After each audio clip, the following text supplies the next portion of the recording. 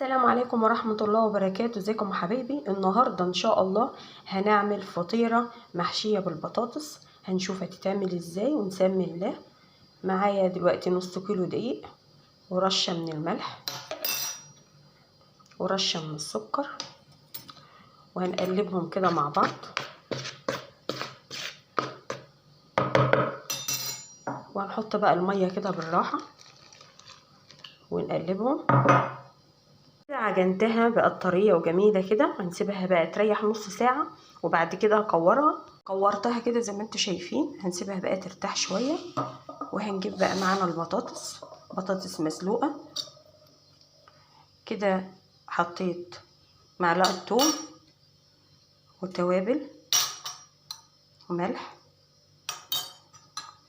وكركم، ونمسكها نهرسها بقى كده البطاطس، وهمسكها بقى كده هكورها.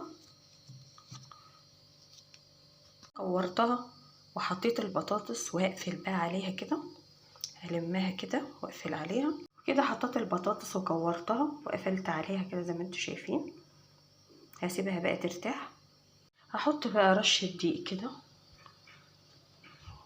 واجيب معايا العجينة بتاعتي وافردها بقى كده. زيت على النار وكده معانا العجينة بتاعتنا. هنضيفها بقى كده بسم الله، ونوطي النار خالص، هنهد عليها النار خالص ونغطيها.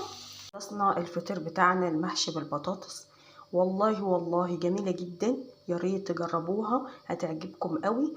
يا ريت اهي طرية جميلة زي ما انتم شايفين كده، جميلة جدا وطعمها جميل جدا، وجربوها. ويا ريت تعملوا لي لايك وشير، والسلام عليكم ورحمة الله وبركاته.